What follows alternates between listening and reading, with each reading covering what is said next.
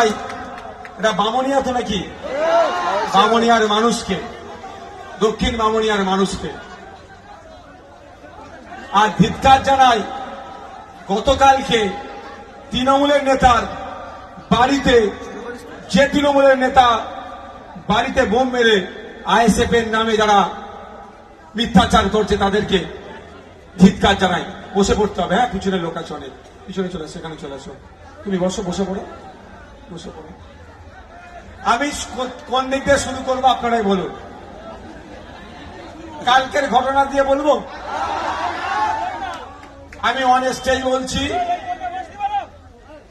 আমি যতটুকু জানি, মুখ দেখলি হলো, আমি যত লাপাতা আছে সেই লাপাতার লিস্টে এখন আছে না। আর বলবো না,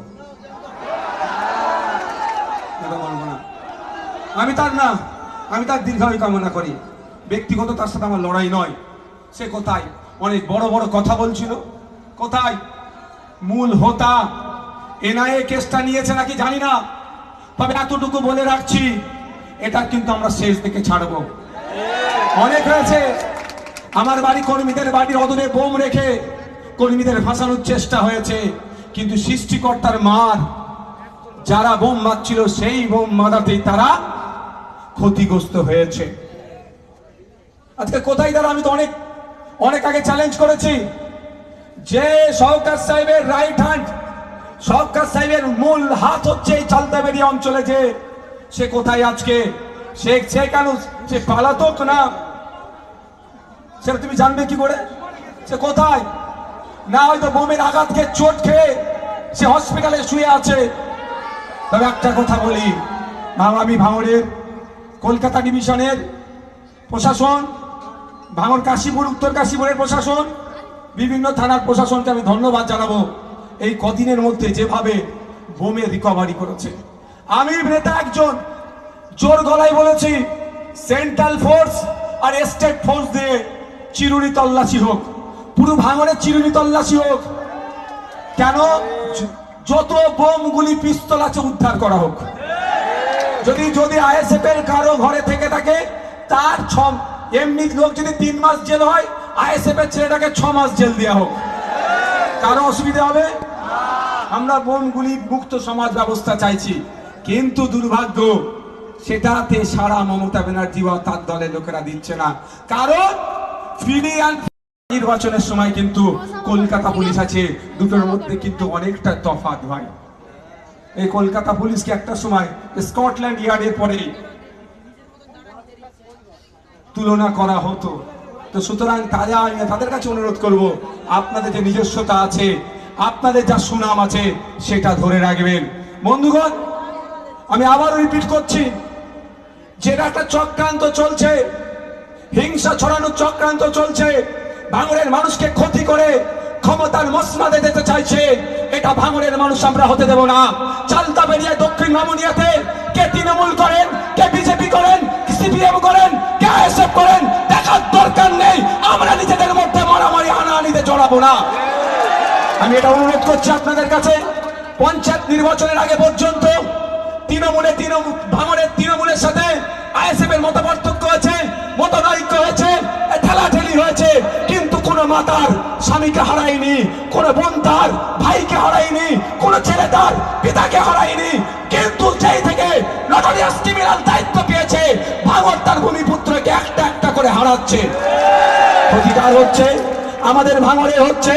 একটু বোঝার চেষ্টা করুন, ভাঙড়ের নেতারা খুন হিংসাতে বিশ্বাসী নয়। তৃণমূলের নেতাদের কথাই বলছি, খুন হিংসাতে বিশ্বাসী নয়, কিন্তু নটোরিয়াস ক্রিমিনাল এসে এদের কানে খুন হিংসা এত ঢুকাচ্ছে, এদেরকে খুন হিংসার দিকে ঠেলে দিচ্ছে। আর খুন হিংসা যদি এরা না করে, রাজ্জাক ভাইয়ের মতো অবস্থা করে দেবে না। ভাবতে হবে আপনাদের, ভাঙড়ের যারা নেতারা আছেন তৃণমূলের, যেই ঘোষণা হলো, ভাঙড়ের ছেলেটা তখন বহিরাগত হয়ে গেল, ওর চরিত্রের দোষ হয়ে গেল, যা ইচ্ছা তাই হয়ে গেল। আবার আইএসএফ এর সাথে নাকি যুক্ত। আইএসএফ এর এখানে নেতারা, ভাই তোমার সাথে গোপনে গোপনে কথা বলতো? যদি তোমার সাথে গোপনে কথা বলে আমি বলিনি কেন? আমি আইএসএফ এর চেয়ারম্যান, ভাঙড়ের বিধায়ক, আমি জানলাম না, ওরা জেনে গেল। বোঝার চেষ্টা করুন আমি কি বলছি। তাহলে ভাঙড়ের ছেলে ক্যানিং এ দাঁড়ালে বহিরাগত। এবার আপনি ভাববেন না যে আমি ওর হয়ে ওকালতি করছি। ওই বাহারুল্লাহকেই ভাঙরের ভূমিপুত্রকে দিয়ে আমরা হারাবো, রাজনৈতিক ভাবে হারাবো, কিন্তু আমরা বহিরাগত হ্যান ত্যান এই নয়, হারাবো রাজনৈতিক ভাবে, এটাও আপনাদের বলছি। কিন্তু আমার কথাটা বোঝার চেষ্টা করুন, কে ভাঙরের ছেলে ক্যানিং পূর্বে দাঁড়ালে বহিরাগত হয়ে যায়, তার চরিত্র খারাপ হয়ে যায়, আর ক্যানিং পূর্ব থেকে এসে ভাঙরের মানুষের যে ভরছে এমএলএ হতে চাইছে, সে কি আমাদের জামাই বাবু নাকি? জবাব দিতে হবে না। আমার ভাঙরের ছেলে ক্যানিং এ গেলে বহিরাগত, আর তুমি ক্যানিং থেকে ভাঙরে আসবো, তোমাকে কি আমি জামাই আদর করবো? আমরা যে ভাঙরকে তুমি অপমান করেছো, ভাঙর বারবার পথ দেখায়। 2021 সালে যখন সিএনআরসির ভয় দেখিয়ে মানুষের ভোটকে বিজেপি আর তৃণমূল মিলে এক প্রকার লুট করেছিল, স্রোতের বিপক্ষে গিয়ে বীর পুরুষের মতো পরিচয় ভাঙরে দিয়েছিল, আর পরিচয় দিয়েছিল বলে আজকে পশ্চিম বাংলার বিধানসভায় নওশাদ সিদ্দিকীর মতো 10টাকে পাঠাতে হবে বলে রাজ্যের বিভিন্ন প্রান্ত থেকে আওয়াজ উঠছে। ভাঙর তো পথ দেখিয়েছে। আজকে 2026-এ মানুষ কি বলছে রাজ্যের বিভিন্ন প্রান্তে, যে নওশাদ সিদ্দিকীর মতো বিধায়ক তৈরি করতে হবে। নওশাদ সিদ্দিকীর মতো বিধায়ক, নওশাদ সিদ্দিকী কে তৈরি করেছে? ভাঙরের ভোটাররা। তাহলে ভাঙর বাপেরা একটু আমাকে কম ভোট দিয়েছিল, এবারে কিন্তু ওটা করলে হবে না। গত নির্বাচনে যখন রাজ্যের মানুষ স্রোতের যেদিকে হিলেছে আপনারা তার বিপক্ষে গিয়েছেন, তারপরে আপনাদের উপরে কি বয়ে গিয়েছে? খুন হয়েছেন, মারধর খেয়েছেন, গুলি খেয়েছেন, পা কেটে বাদ গেছে, দীর্ঘদিন জেলে ছিলেন, জেলে আছেন, বাপ মারা গিয়েছে, জানাজার পর্যন্ত পড়তে পারেননি, তারপরও আপনারা আমার হাত ছাড়েননি। সামান্য মিনিস্ট্রির জন্য আপনার হাত আমি কিভাবে ছাড়তে পারি ভাই? এখানে ওদের সাথে আমার তফাৎ, এখানে অন্য নেতার সাথে আমাদের তফাৎ, যে আমরা মানুষের জন্য রাজনীতিতে এসেছি, ক্ষমতার শীর্ষে যেতে হবে তার জন্য রাজনীতিতে আসেনি। তাই বুক ঠুকে বলি, স্টেজে দাঁড়িয়ে বলি, দলিতদের উপরে অত্যাচার হলে তার প্রতিবাদ করি, আদিবাসীর উপর অত্যাচার হলে তার প্রতিবাদ করি, মুসলমানের উপর অত্যাচার হলে তার প্রতিবাদ করি, তিলোত্তমাকে খুন করেছে তার প্রতিবাদ করেছি, আরিস্টক খুন করেছে যখন তারও প্রতিবাদ করেছি। বুক ঠুকে করি। আমার কেউ টাইট দেওয়ার কেউ নাই ভাই, টাইট দেওয়ার টাকটু আমি নয়।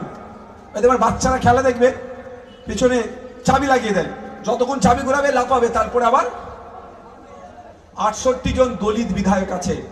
দুর্ভাগ্য আমাদের বিধানসভার মধ্যে দাঁড়িয়ে বলতে পারে না 22% যে দলিতদের জন্য, শিডিউল কাস্টদের জন্য যে রিজার্ভ আছে, ফেক সার্টিফিকেট দিয়ে তাদেরকে চাকরি, তাদের চাকরি অন্যজনদের দিয়ে দিচ্ছে। একথা বলার সাহস দেখাতে পারে না। সাহস দেখাই ভাঙরের বিধায়ক নওশাদ সিদ্দিকী বিধানসভার মধ্যে দাঁড়িয়ে পিছিয়ে বর্গের হিন্দুর জন্য আওয়াজ তুলে, বিধানসভার মধ্যে দাঁড়িয়ে 6% যে আদিবাসী আছে, 100 জন সরকারি চাকরি পেলে 6 জন আদিবাসীদেরকে দিতে হবে। কিন্তু দুর্ভাগ্য, পশ্চিম বাংলায় 1 কোটি আদিবাসী নাই, 1.5 কোটি আদিবাসী সার্টিফিকেট দিয়েছে। লোকে বলে দুধে পানি মেশাই। এই সরকার, সরকারের নামে সার্কাস যারা চালাচ্ছে, পানিতে এরা দুধ মিশাচ্ছে। এখানে আছে তো ম্যাক্সিমাম আবাদিকে আবার জেলে যেতে হবে। ও তার বদলে আমরা খেটে নেব।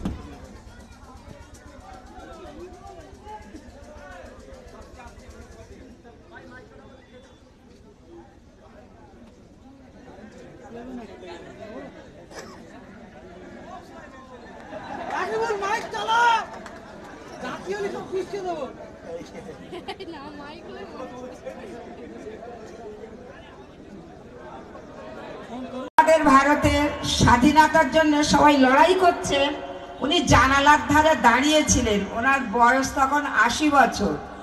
ওনার মনে হলো এত ছোটরা সবাই যদি ভারতবর্ষ স্বাধীন করবার জন্য এগিয়ে যায়, আমি কেন যাব না।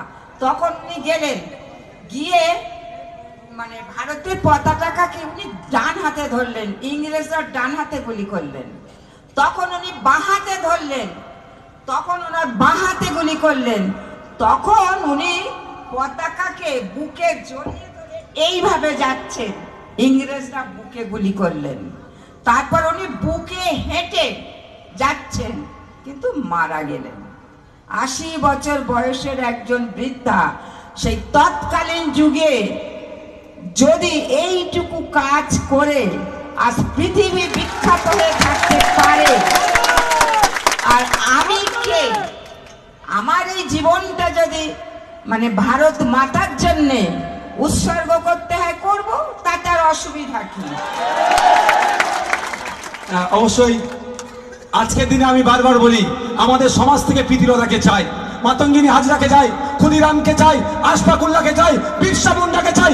আজকের সমাজে তাদেরকে উঠে আসতে হবে আপনাদের মধ্য থেকে। তারা ব্রিটিশদের বিরুদ্ধে লড়াই করেছিল, দেশকে স্বাধীন করতে সহযোগিতা করেছিল। আজকে আমাদেরকে আমাদের সমাজ থেকে উঠে আসতে হবে, নতুন করে মাতঙ্গিনীকে চাই, এই পরবর্তীর বিরুদ্ধে লড়াই করে দরকার আমাদের মধ্যে থেকে নতুন মাতঙ্গিনী, নতুন প্রীতিলতা, নতুন বেগম হযরত মহল, নতুন গান্ধীজি, নতুন নেতাজি, নতুন ফুরফুরার পীর আবু বকর আমাদের মধ্যে থেকে উঠে আসতে হবে। প্রস্তুত আছেন তো নাকি? রেডি আছেন তো নাকি? 80 বছর বয়সে, বাস্তব কথা, যিনি ইতিহাসে গান্ধী বুড়ি নামে বিখ্যাত। যাক, আমাদের তাহলে একদম বিতর্ক করার কোনো জায়গা নাই। যাও দিল্লিতে গিয়ে ভোটটা নিয়ে নাও। দিল্লি নেতাদেরকে দিয়ে তোমার দল তৈরি হয়েছে বিজেপি, তুমি সিম্বল পেয়েছো দিল্লি নেতাদের জন্য, দিল্লিতে গিয়ে দেখো। এটা রেকর্ড হচ্ছে তো? আমার এখানকার যারা ভাঙড়ের যারা আছে তৃণমূলের নেতারা, মমতা ব্যানার্জি থাকতো, ওই নটোরিয়াস ক্রিমিনাল ওটাও দেখতে দখল করে নিত। দাদু যে কবরটায় শুয়ে আছে সেখানে দলিল আছে, ওই দলিলটা দেশ স্বাধীন হওয়ার আগে। ভোটাধিকার থাকবে কি থাকবে না? কার ভোটাধিকার থাকবে না? যে ভারতীয় নয়, যে 18 বছরের নিচে। ভোটাধিকার কারা পাবে? যে ভারতীয় 18 বছরের ঊর্ধ্বে। তো আমি ভারতীয় কি ভারতীয় নয়? তাহলে আমার দাদুর কবরের দলিলটা কিন্তু প্রমাণ করে দিচ্ছে। কিন্তু এখন কি করছে? পেরেশানি করছে, হয়রানি করছে, অহেতুক আপনাকে ডিস্টার্ব করছে। কে? নির্বাচন কমিশন। কারা ডিস্টার্ব করাচ্ছে? মমতা দিদি আর নরেন্দ্র দামোদর দাস মোদী, বিজেপি তৃণমূল মিলে আপনাকে আমাকে এই হয়রানি করাচ্ছে। আমি যদি ভুল বলি আমাকে কিন্তু ছেড়ে কথা বলবে না ওরা। বিনা দোষে প্রায় 20টা মামলা খেয়েছি, আর যদি দোষ করি তাহলে কটা মামলা খাবো বুঝতে পারছেন? আমি দায়িত্ব নিয়ে বলছি। এখন করণীয় কি?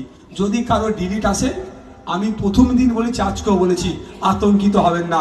আতঙ্কিত হয়ে গেলে ডিলিট থেকে কি ভ্যালিড হয়ে যাবে? হবে? আপনি আতঙ্কিত হয়ে গেছেন, আপনার ভোট ডিলিট হয়ে গেছে, আপনার কি অটোমেটিক্যালি ভ্যালিড হয়ে যাবে? তাহলে কি করে? ওর ওষুধ আছে। এখন সুপ্রিম কোর্ট যেটা বলেছে, ট্রাইব্যুনাল, স্টেটকে বলেছে, রাজ্যকে বলেছে ট্রাইব্যুনাল গঠন করে ট্রাইব্যুনালের মাধ্যমে ভেরিফাই হবে। ট্রাইব্যুনালটা একটা one type of judiciary system. তার মাধ্যমে বিচার হয়ে আপনার লিস্টে নাম উঠবে। কিন্তু 5 দিন হয়ে গেল, ফার্স্ট সাপ্লিমেন্টারি লিস্ট পাবলিশ হয়েছে। এখন পর্যন্ত জেলায় আমাদের পশ্চিমবাংলায় কটা ট্রাইব্যুনাল চালু হয়েছে? ট্রাইব্যুনালটাকে চালু করার দায়িত্ব কার? রাজ্য সরকারের। ঠান্ডা মাথায় বুঝবেন।